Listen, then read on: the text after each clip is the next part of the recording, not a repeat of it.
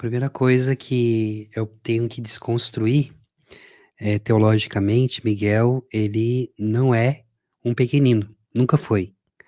Nós temos Uhum, que compreender a hierarquia celeste para entender por que ele é chamado de arcanjo, o que é um arcanjo, né? Muitas vezes, quando se fala da hierarquia celeste, foi Pseudo Dionísio, um padre da igreja, que sistematizou assim, no meu livro, Miguel, o Guardião do Lugar Secreto, um livro que eu escrevi, que o Padre Jonas, o teu fundador, meu pai também espiritual, pediu para que eu pudesse terminar. Até vou pegar aqui, com licença.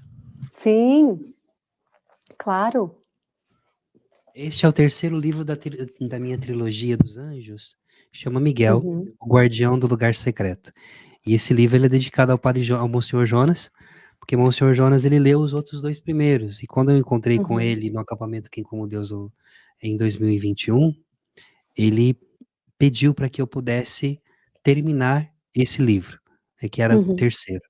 E justamente aqui é um tratado de miqueologia, e na teologia de São Miguel.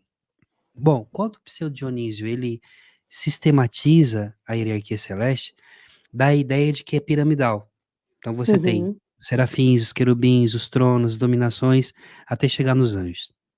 Mas na verdade nunca foi assim pensado desse jeito. Fomos nós do Ocidente que, com a questão do direito romano e também da estrutura romana hierárquica, a gente hum, entendeu que hierarquia é um, dois, três, quatro, cinco, simplesmente enquanto é, quantidade ou enquanto uma pirâmide. Mas na verdade não.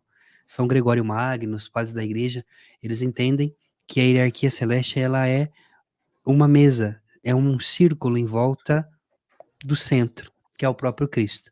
Então, na verdade, quando nós falamos da hierarquia celeste, aí entra a questão do que o catecismo ensina sobre essência e missão, sobre essência uhum, e ação. Todos os anjos, todos eles, serafins, querubins, tronos, são seres celestiais, espíritos puros e, portanto, possuem a mesma natureza. Porém, na vida angélica e também na vida do céu, que é uma sociedade perfeita, como ensinava São Tomás de Aquino, cada um possui o seu ministério e a sua ordem, o seu modo de agir. Então, por exemplo, os serafins são os seres celestiais, os anjos, podemos chamar de anjos, abrasadores. Seraf significa aqueles que abrasam, e ao mesmo tempo aqueles que estão plenos do fogo de Deus, cheios da sua presença. Eles estão na presença de Deus. Portanto, os serafins, eles são os adoradores, são da primeira hierarquia celeste, uhum, onde adoram a Deus, servem o trono do Senhor. Depois você tem os querubins, que significam abençoadores, queruv, que é aqueles que abençoam. São chamados teólogos de Deus.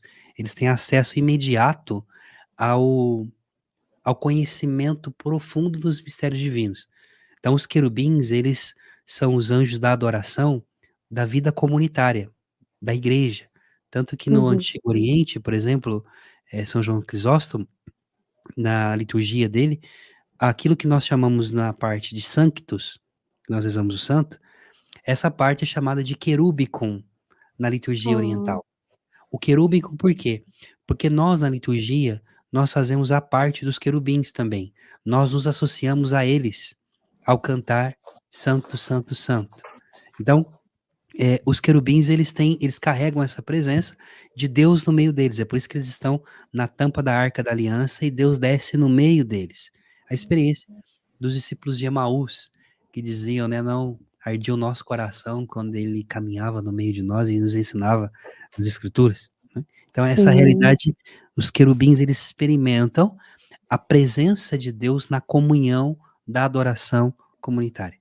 Aí depois você tem os tronos, ou os ofanins, os santos tronos, são os anjos que São Tomás de Aquino diz, os adoradores da perfeição verdadeira. Quem são os tronos? Eles não estão diante de Deus na adoração. Eles não têm Deus no meio, mas eles carregam Deus dentro deles. Por isso que eles são tronos, porque Deus se assenta neles, cola neles, né? E a experiência que os santos tronos fazem, na verdade, é a experiência que nós todos somos chamados a viver, de ter Deus dentro de nós, de fazer essa experiência interna do Senhor, por exemplo, no Santíssimo Sacramento da Eucaristia, que adentra dentro de nós, né? Todos nós somos chamados a Uhum. ser inabitados por Deus através da graça. Depois você tem as santas dominações, que são os anjos do governo, ligado à realidade da majestade e onipotência de Deus. Você vai ter as santas virtudes, santos anjos poderosos, eles são capazes de trazer a fortaleza no tempo da guerra, da provação. Você tem as santas potestades, que são os anjos de guerra, eu chamo de tropa de elite do céu, eles vêm, resolvem o problema, expulsam demônios, né? Aniquilam o mal. Sim. E depois você tem os principados, que são os anjos que dominam e regem as nações, instituições. Por exemplo, a Canção Nova tem o seu anjo principado responsável, pelo fato de ser uma instituição aprovada pela igreja.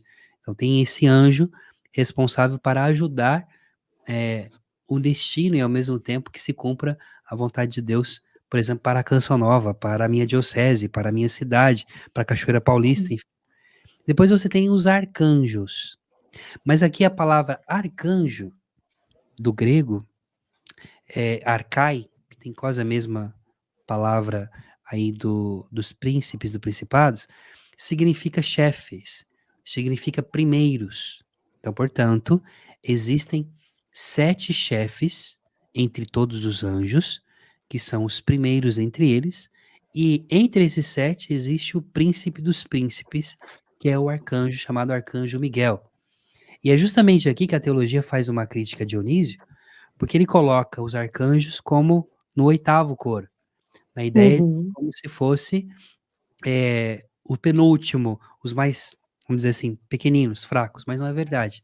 Se você for olhar, por exemplo, em Daniel capítulo 10, a própria angelologia dos primeiros padres da igreja, você vai ver que Miguel, ele é chamado de Hal Hagadol, que quer dizer, sumo sacerdote entre os anjos. Ele é chamado de o grande príncipe, o primeiro de vossos príncipes. Então é por isso que na batalha espiritual, sobretudo no livro do Apocalipse, ele conduz os exércitos. A palavra fala assim: e Miguel e seus anjos batalharam contra o dragão. É a tradição de Uhum. os anjos batalharam para poder escolher por Deus. E se Miguel os liderou, Sim. então Miguel liderou desde o primeiro serafim mais poderoso que tem, até o anjo da guarda que está aí, que é até o anjo da guarda. Então Uhum. Miguel, Gabriel, Rafael, que nós vamos celebrar dia 29, são os príncipes do céu. Então Miguel, ele é o anjo mais poderoso. É por isso que ele expulsou o dragão do céu. E isso, eu trato disso aqui à luz da igreja, não é nada que o Rafael pensa, é o que a igreja ensina. E é muito bonito porque isso é uma realidade tão forte, porque Miguel, por ser tão grande, tão poderoso, tão alto na sua glória, Sim. ele decidiu andar também com os homens. Então, por que arcanjo? Aí entra o que significa a palavra anjo. Anjo é enviado. Uhum. Enviado a quem? Enviado aos homens. Então, se o serafim, querubim e os tronos, eles estão servindo o trono de Deus, mas também Sim. esses últimos 3 aqui servem aos homens. Aí você pergunta, poxa, mas esses aqui são melhores do que esse? Não, porque a partir do momento que o Cristo se tornou homem, esses aqui se voltam para cá. E não existe mais separação. Então é lindo demais isso, porque naquela noite de Natal em que o Filho do Deus vivo estava no colo da Virgem Maria e os anjos se juntam no céu para cantar para os pastores, todos eles cantaram, todas as hierarquias cantaram, para dizer para vocês estavam voltados de costas para nós, mas agora nós nos voltamos para vocês porque Deus se fez homem.